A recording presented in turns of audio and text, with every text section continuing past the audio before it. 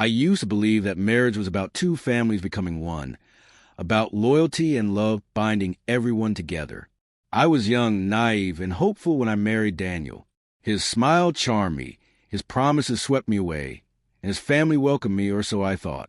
In the early years, everything seemed perfect. Daniel and I bought a small house, and his parents often visited. His mother, Linda, always had a way of slipping her opinion into our lives, and his father, Charles, carried himself like he knew what was best for everyone.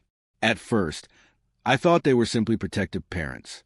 I laughed it off when Linda criticized the way I cooked or when Charles suggested I wasn't supportive enough of Daniel's career.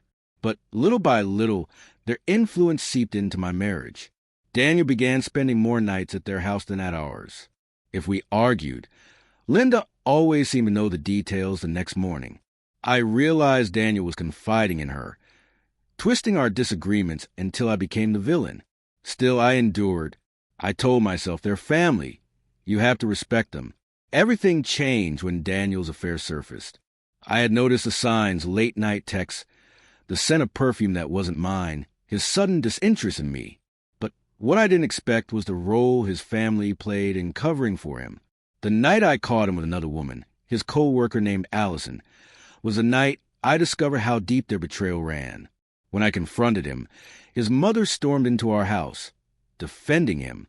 He's a man, sweetheart, Linda said coldly, her lips curling into a smug smile. Sometimes men need variety.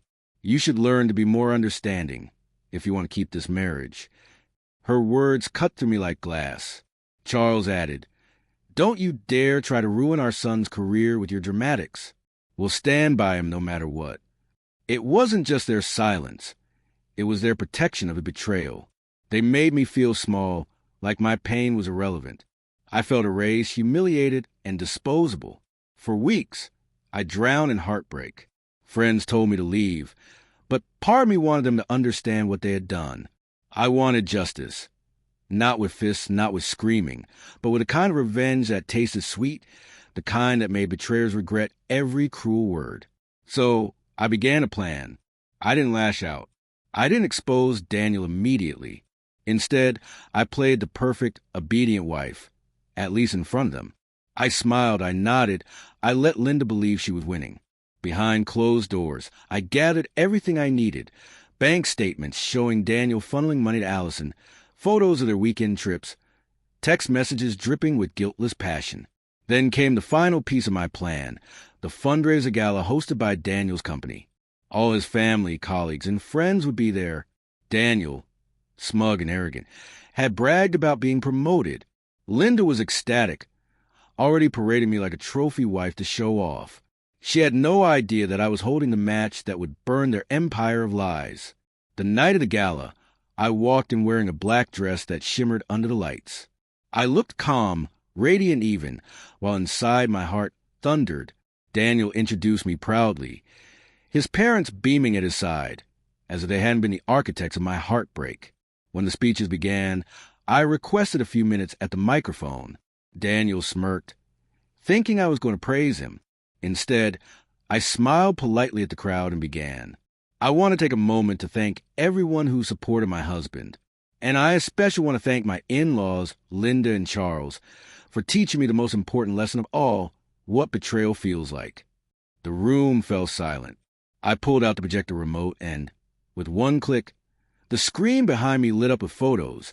Daniel and Allison in intimate embraces, vacation selfies, late-night texts that made even strangers blush. Gasps echoed through the hall. Some covered their mouths. Others shook their heads in disgust. Daniel froze, pale as a ghost. Linda tried to rush forward, but I raised my hand. "Please, Linda, you told me to be understanding, remember? You said men need variety. Well, I'm simply sharing that wisdom with everyone here tonight." Whispers spread like wildfire. Daniel's colleagues glared. His boss's jaw clenched, and his parents looked like their carefully built facade had crumbled into dust. I ended with a steady voice. Tonight isn't about revenge. It's about truth. And the truth is, loyalty and love should never be mocked, betrayed, or silenced. I handed the microphone back and walked out. I didn't look back at Daniel's pleading face or Linda's fury. For once, I wasn't their puppet. I was free. In the weeks that followed, Daniel's promotion vanished. Allison disappeared from his life, and his parents stopped parading their perfect son around. They tried reaching out, but I ignored their calls. Divorce papers were signed on my terms, leaving me with financial security and my dignity intact. And as I rebuilt my life, I carried one lesson with me. Sometimes the sweetest revenge isn't anger. It's exposing the truth so loudly that the betrayers can never hide in their lies again. Months passed after the gala, and my world began to heal. The same people who once pitted me now admire my strength. My friends called me brave, but I didn't feel like a warrior. I just felt like a woman who refused to be silenced. Daniel tried to apologize, sending flowers, writing letters, even showing up at my new apartment once. I looked him straight in the eyes and said, "You broke me once. I won't give you the chance to do it again." Then I closed the door, and that door stayed shut forever. As for Linda and Charles, their arrogance finally turned against them. The community that once respected them now whispered about how they had encouraged their son's betrayal.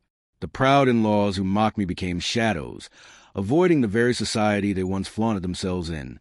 One evening, sitting on my balcony with a cup of coffee, I realized something profound. Revenge hadn't made me bitter. It had made me free. By exposing the truth, I reclaimed my dignity, my peace, and my future. And though they tried to bury me under lies, I rose stronger, standing taller than the weight of their betrayal.